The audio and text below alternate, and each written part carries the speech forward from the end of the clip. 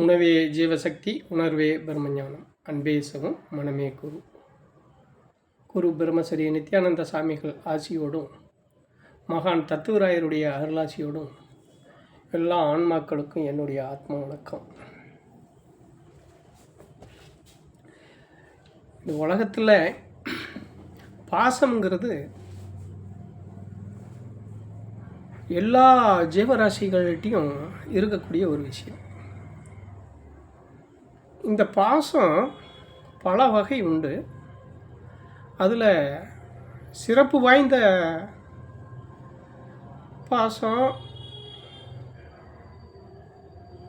ரொம்ப முக்கியமான ஒரு பாசம் இது அப்படின்னா அது தாய்ப்பாசம்தான். அந்த தாய் பாசத்துக்கு மீறின பாசம் மற்ற இதுகளில் வலிமை, அந்த தாய்ப்பாசத்துக்கு இருக்கக்கூடிய ஒரு வலிமை மற்றதுகளுக்கெல்லாம் இல்லை. அதுலேயும் எல்லா ஜீவராசிகள்கிட்டையும் தாய்ப்பாசம் ஒரு சில பிராணிகள்கிட்ட ஒரு குறிப்பிட்ட காலம் வரைக்கும் இருக்கும், அப்புறம் அது மாறிக்கும். ஆனால் மனிதன்கிட்ட அப்படி இல்லை. மனிதன்கிட்ட இருக்கக்கூடிய பாசம்ங்கிறது ஏன்னா அதுகளுக்கு எல்லாமே 5 அறிவு இருக்குது. இவனுக்கு ஒரு அறிவு, 6வது அறிவுன்னு ஒன்று இருக்கிறதுனால, பகுத்தறிவு இருக்கிறதுனால இந்த பாசம்ங்கிறது இவங்ககிட்ட அளவுக்கு அதிகமான வலிமையான ஒரு அருள் சார்ந்ததாகவே இருக்கும். அப்படி அந்த அளவுக்கு அந்த பாசத்துக்கு வலிமை உண்டு மனிதன்கிட்ட இருக்கிற பாசம். அப்போது பாசத்துக்காக செய்யக்கூடியது அது எந்த ஒரு செயலாக இருந்தாலும் அதில் பார்த்தீங்க அப்படின்னா, முக்கியமாக பார்த்தா வாரிசுகள், தன்னுடைய வாரிசுகள் மனித சமுதாயத்தில் தன்னுடைய வாரிசுகள் அப்படின்னு வரும்போது எந்த எல்லைக்கும் போவாங்க. அந்த பாசத்துக்காக அடிமையாகி எந்த எல்லையும் சந்திக்க தயாராகுவாங்க. மனித சமுதாயத்தினுடைய நிலை இதுதான். அப்போ இந்த மனிதன் தான் கஷ்டப்பட்டது, தான் வாழ்க்கையில் பெறப்பட்ட அனுபவம், இதுகளெல்லாம் வச்சு தன்னுடைய வாரிசுகள் தான் பட்ட கஷ்டப்படக்கூடாது அப்படின்னு சொல்லி இவனால் என்னென்னவெல்லாம் முடியுமோ தன்னுடைய வாரிசுகளை உயர்த்துறதுக்கு எந்த வகையிலையெல்லாம் முயற்சி எடுத்து, எந்த வகையிலும் அதுகளை நல்ல நிலைக்கு தான் பட்ட கஷ்டம் அவங்க படக்கூடாதுங்கிறதுக்காக வேண்டி எந்த நிலையையும் எதிர்கொண்டு, பணத்தை பணமாக பார்க்காம, உழைப்பாக பார்க்காம, அதில் பகல் இரவு பார்க்காம, லாப நஷ்டம் பார்க்காம, தன்னலம் கருதாமல் உழைச்சி அந்த வாரிசுகளை ஒரு நல்ல நிலைக்கு கொண்டு வந்துடுவாங்க. ஏன் இவங்க நினச்ச மாதிரி அவங்களும் அந்த ஒரு நல்ல நிலைக்கு வர்றாங்க அப்படின்னா, இவனுடைய எண்ணமும் செயலும் ஒன்று நோக்கியே இருக்குது. இதுக்கு உதாரணம் சொல்லணுன்னா, ஆமை இருக்குது பார்த்திங்களா? ஆமை குஞ்சு உரிக்கிறதுக்கு மேட்டில் கொண்டாந்து முட்டையை வச்சுட்டு கடலுக்குள்ளே போய் படுத்துக்கும். மேட்டில் குழி தோண்டி முட்டையை வச்சு மண்ணை மூடிட்டு திருப்ப போய் அது போய் கடலுக்குள்ளே படுத்துக்கும். ஆனால் நினைவு பூரா அந்த முட்டை மேலே வச்சுருக்கோம். அது தவம். இப்போ நம்ம பயிற்சி பண்ணுறோமே, அது சொல்லி கொடுத்து அதுக்கிட்ட கற்றுக்கணும். நம்ம நினைவை ஒரு பக்கலையே வைங்க, ஒரு சிந்தனையில் இருங்க, ஒரே இதில் இருக்கும்போது அது செயல்படும் சொல்கிறோம் இல்லையா? அதுக்கு உதாரணம் ஆமை தான். அப்போ அந்த வகையில் பார்த்தீங்கன்னா, அந்த ஒரே வயிறாக்கி ஒரே எண்ணத்தில் இருக்கவோ அந்த முட்டை பொறிக்கி, அந்த ஆமை அந்த முட்டை மேலேயே எண்ணத்தை வச்சுருக்கு, வேறு எந்த எண்ணமும் இருக்காது. அந்த எண்ணத்தினால முட்டை பொறிச்சு அந்த ஆமை குஞ்சு பொறிக்கும். இது இன்னைக்கு வரைக்கும் இருக்கக்கூடிய விஷயம் இது. அது மாதிரி இவனுடைய எண்ணமும் இவனுடைய செயலும் உழைப்பு அத்தனையும் அந்த வாரிசுகளுக்காகவே. ஒரே எண்ணம், ஒரே வைராக்கியம். அதுக்கு எப்படியாவது நம்ம நினச்ச மாதிரி அதுகளை அந்த நிலைக்கு கொண்டுட்டு வந்துடணும்னுவே உழைச்சி ஓடா தேஞ்சு அதுகளை ஒரு நல்ல நிலைக்கு கொண்டு வந்துடுவான். ஆனால் தன்னுடைய வாரிசுகள் வந்து இவன் பட்ட கஷ்டத்தவோ இவன் எதிர்கொண்ட விஷயங்களோ கொஞ்சம் கூட அதுகளுக்கு தெரியாது. காரணம் என்னென்னா, அதுகளை இதை பற்றி அதுகளுக்கு காட்டி கொடுக்காமையே இவன் அதுகளை முன்னேற்றி கொண்டு வர்றதுக்கு உண்டான வழிதடத்துகளை மட்டும் இது பண்ணனானே தவிர இந்த கஷ்டங்கள் அதுகளுக்கு வந்து காட்டி கொடுக்காமையே வந்ததுனால அதுகளுக்கு அதை தெரியாமல் போயிடுச்சு. அப்போ அதுக்கு வளர்ந்த முறையில் பார்த்தீங்கன்னா இந்த கஷ்ட நஷ்டம்னா என்னன்னே தெரியாது அது வளர்ந்துருது. அப்புறம் அப்படி ஒரு கஷ்ட நஷ்டம் இல்லாமல் நல்லபடியாக வளர்த்தி திருப்ப அதுகளை ஒரு குடும்பமோ மற்றதோ ஒன்று உருவாக்குற போது அதுக்கு என்ன மாதிரி இருக்குதோ அதுக்கு தகுந்த மாதிரி இவன் அதுகளுக்கு வாழ்க்கையை தேடுறான், வாழ்க்கையை தேடி வைக்கிறான். அப்போது அந்த வாழ்க்கை வாழ வந்தவங்களுக்கு இந்த குடும்பத்தோட கஷ்டம் தெரியாது, தான் வளர்த்தின வாரிசுகளுக்கு அந்த கஷ்டம் தெரியாது. அப்போ ஒரு கட்டத்தில் இவங்களுடைய வாழ்க்கை முறையும் அது இவன் வளர்த்தன இவனுடைய வாரிசுகளுடைய வாழ்க்கை முறையும் வித்தியாசப்படுங்க. அந்த வித்தியாசம் வரும்போது தான் பிரச்சனை ஆரம்பிக்குது.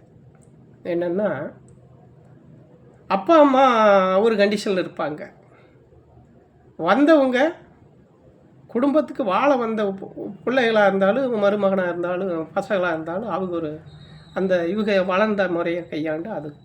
அப்போ அந்த மாதிரி வரும்போது அங்கே நம்ம சொல்கிற ஒரு சில விஷயம் நம்ம பட்ட கஷ்டத்தை மனசில் வச்சு அதுக்குள்ள இப்படி போகக்கூடாது அப்படி போகக்கூடாதுன்னு இந்த பெரியவங்க வந்து அந்த வாரிசுகள்கிட்ட சொல்லும்போது அது அவங்களுக்கு வேப்பங்காயாக இனிக்கும், வேப்பங்காயாக கசக்கும். இந்த சொல்லு இனிக்காது, கசப்புலையும் கசப்பு எட்டி கசப்பாக இருக்கும். அப்போது இவங்க ஒரு முடிவுக்கு வருவாங்க, எங்கடா இவங்க போய் பார்த்தோம்னா இவங்க நம்ம உற்றாருன்னு நம்மளை சார்ந்தவங்களுக்கு வந்து எது செய்ய முடியாத நம்ம சுதந்திரம் பாதிக்க மாட்டேன் இருக்குது, அதனால வந்து இவங்கள வந்து நம்ம ஓரம் கட்டுறதை தவிர்த்து வேறு வழி இல்லைன்னு இவங்களை எல்லாத்தையும் தாய் தப்புன்னு ஓரம் கட்டிக்கிறாங்க. ஓரம் கட்டும் போது இவங்களுடைய நிலை என்ன ஆகுது, இவங்க எல்லாமே வாரிசுக்குன்னு சொல்லி பணமும் காலியாகி உடம்புல இருக்கிற பழமும் காலியாகி ஒட்டு மொத்தமாக எல்லாம் முடிஞ்சு விராளாக நிற்கிறாங்க. அந்த நேரத்தில் இவங்களை ஓரம் கட்டும்போது இவங்க என்ன செய்யறதுன்னு தெரியாமல் அவஸ்தைக்கு ஆளாகி மனம் உடஞ்சி திக்கு தசை கட்டு போய் நடு ரோட்டுக்கு வந்துடுறாங்க. கவனிக்க ஆள் இல்லைன்னா ஆதரவுக்கு யாருமே இல்லை. அப்போது அவங்களுக்கு என்ன ஆகும், தன்னுடைய தாய் தந்தை தனக்கு எல்லாம் செஞ்சாகலை அப்படிங்கிறதுக்கெல்லாம் வாய்ப்பே இல்லை. அவங்க நினச்சி பார்க்குறதுக்கு வாரிசுகளுக்கெல்லாம் அதுக்கெல்லாம் நேரமே இல்லை. உடல் பலமும் ஒட்டு மொத்தமாக இழந்த தாய் தந்தைங்க பணபலத்தையும் இழந்து உடல் பலத்தையும் இழந்து ஆதரவு இல்லாத அனாதைகளாக நிற்கதியாகி இவங்களுக்கு ஆறுதல் சொல்லக்கூட ஆள் இல்லாத அளவுக்கு இவங்க நடு ரோட்டுக்கு வந்துடுறாங்க.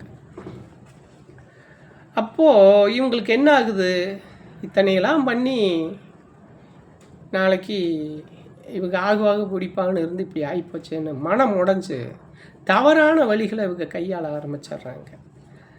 அப்போது அந்த முடிவுகள் எடுக்கிற போது தான், தவறான முடிவுகள் எடுக்கும்போது தான் தன்னுடைய உயிரை மாய்ச்சிக்கிற அளவுக்கு அவங்க போயிடுறாங்க. ஆனால் இப்படிலாம் போக வேண்டிய அவசியமே இல்லை. ஏன்னா இதில் இன்னும் சொல்ல போகணுன்னா இன்னும் ஒரு 2-3 விஷயத்துக்களை இதில் சொல்லலாம். என்னன்னு கேட்டிங்கன்னா, தன்னுடைய பிள்ளைகளை வந்து சுயநலத்துக்காக வளர்த்துறவங்க இருக்காங்க, பொது நலத்துக்காக நம்ம எப்படி போனாலும் நாளைக்கு நம்ம பிள்ளைங்க நல்லா இருந்ததுன்னா அதுக்கு நல்லா சம்பாதிச்சுன்னா நம்ம நல்லா இருக்கலாம்னு சுயநலத்துக்காக அப்படிலாம் பாடுபடுறவங்களும் இருக்காங்க. நம்ம நல்லா இல்லாட்டியும் பரவாயில்ல, நம்ம பிள்ளைங்க நல்லா இருந்தால் போதும்னு நினச்சி செய்கிற தாய் தகப்பனும் இருக்கிறாங்க. அப்போ இது 2 வகைப்படுது. அப்போ இந்த 2 வகைக்கு காரணமாக இருக்கிறதா யாருன்னா இந்த தாய் தகப்பன் தான். அப்போ ஆரம்பத்திலேயே நம்மளால் என்ன முடியுமோ அதை மட்டும் செஞ்சுருந்தோம்னா ஓரளவுக்கு இந்த விஷயங்களெல்லாம் தெரிஞ்சுருந்தோம்னா நம்ம ஓரளவுக்கு இதில் அந்த மாதிரி இருக்கிறவங்க ஓரளவுக்கு தப்பிச்சுக்கிறாங்க. இப்படி தவறான முடிவுகளுக்கு போக தேவையில்லை. சரி, இப்படி நடந்து போச்சு, ஒன்றும் பிரச்சனை இல்லை. படைச்சவன் இருக்கிறான் இல்லையா, நம்மளை படைச்சவன். நம்ம பிள்ளைகள் நம்மளை படைக்கலை, நம்ம பிள்ளைகளை நம்ம படைத்தோம். ஆனால் பிள்ளைகள் நம்மளை படைக்கலை. நம்மளை படைச்சவன் ஒருத்தர் இருக்கிறான் இல்லையா, அவன் மேலே பாரத்தை போட்டு நம்ம வந்து நல்ல ஆன்றோர்கள், சான்றோர்கள், பெரியவங்க, சித்தர்கள், முனிவர்கள்லாம் வந்து பல வழிகளை நமக்கு பல வழிமுறைகளையும் பயிற்சிகளையும் இந்த மாதிரி மனமுடைஞ்சு போனவங்களை வந்து தேத்துறதுக்கு உண்டான வாய்ப்புகளையும் அதிகப்படுத்தி இது மாதிரி ஆசிரமங்களும் நல்ல ஒரு மனிதர்களையும் இறைவன் படைச்சிருக்கிறான் இப்படிப்பட்ட ஆளுகளுக்காக அவங்கள தேத்துறதுக்காக வேண்டிய. அப்போ இது மாதிரி ஆசிரமங்களுக்கும் இது மாதிரி பெரியவங்களை சந்தித்து அவங்கக்கிட்ட அந்த உபதேசங்களை வாங்கி அந்த உபதேச முறைப்படி பயிற்சிகளை பண்ணி நீங்கள் பயணம் பண்ணும்போது இந்த உடஞ்சி போன மனம் தேர்ந்து நல்ல நிலைக்கு வரும், மன தைரியம் வரும். யாரும் நம்மளை பார்க்க வேண்டியதில்லை, யாரையும் நம்பி நம்ம வரல, யாரையும் நம்பி நம்ம போகிறதில்ல.